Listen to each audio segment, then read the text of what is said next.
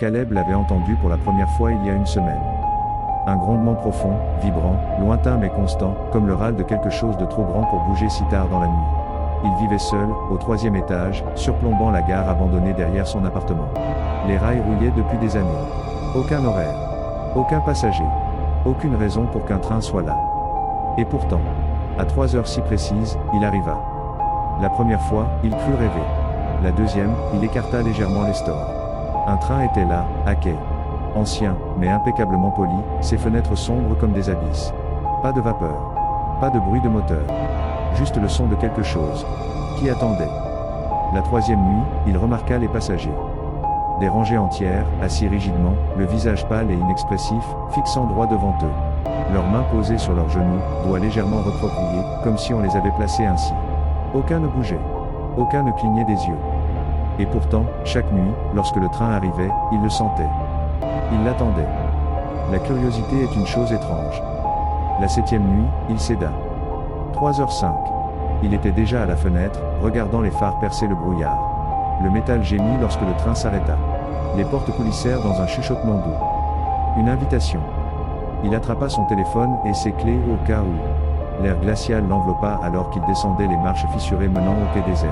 Le train ne siffla pas. Ne souffla pas. Il attendait. Caleb hésita au seuil, le cœur battant dans ses tempes. À l'intérieur, l'air avait une odeur étrange. Du bois ancien. Et quelque chose de métallique, comme des pièces de monnaie laissées trop longtemps au soleil. Il fit un pas. Dès que son pied franchit l'entrée, les portes se refermèrent.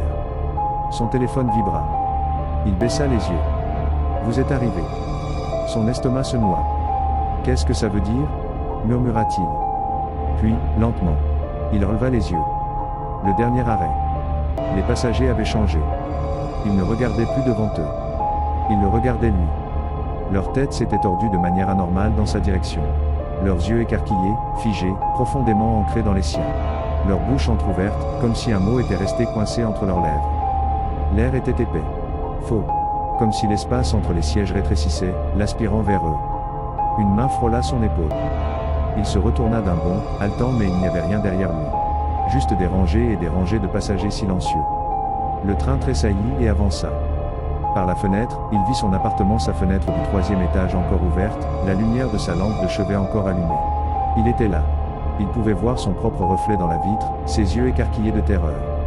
Il frappa contre les portes. « Arrêtez le train. Laissez-moi sortir. » Personne ne bougea. Le train accéléra, la station disparaissant dans l'obscurité, comme un rêve qu'on oublie en se réveillant. Son téléphone vibra à nouveau. Les mains tremblantes, il regarda l'écran. Un nouveau message. Bienvenue à bord. Et puis, son reflet dans la vitre sourit. Mais Caleb, lui, non. Le train continua sa route. La station ne réapparut jamais.